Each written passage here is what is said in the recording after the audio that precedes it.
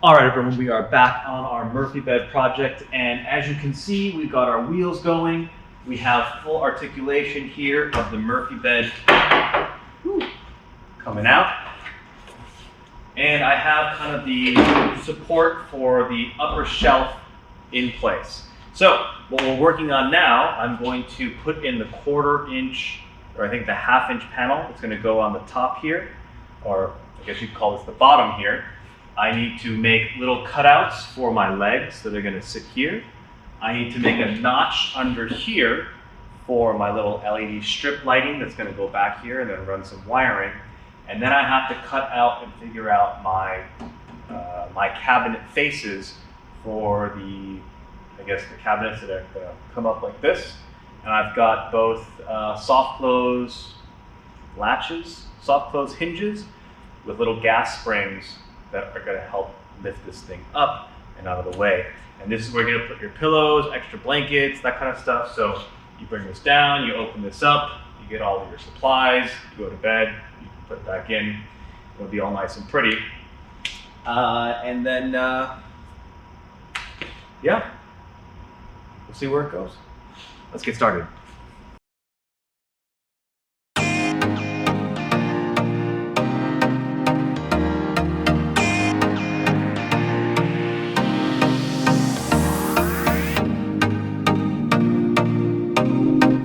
Hey everyone, just want to take a quick second and get some opinions. You'll notice in this new 3-part video series for this Murphy bed, there's been a lot more voiceover in the time-lapse sections where traditionally it would just be music. And that's me experimenting with what you as an audience might like to see and hear. Now, if you have a comment and would like to express it, maybe you like time-lapse with just video and no explanations, kind of kills the mood, or maybe you appreciate the nuances of how these builds are done, some of the mistakes that are made, and how we overcome challenges as we design and build new things, let me know. I always like to get some good feedback. I love responding to comments and try to respond to every single one that I can get to. So please let me know how you feel and we'll update the channel and keep going from there. Anyways, happy watching.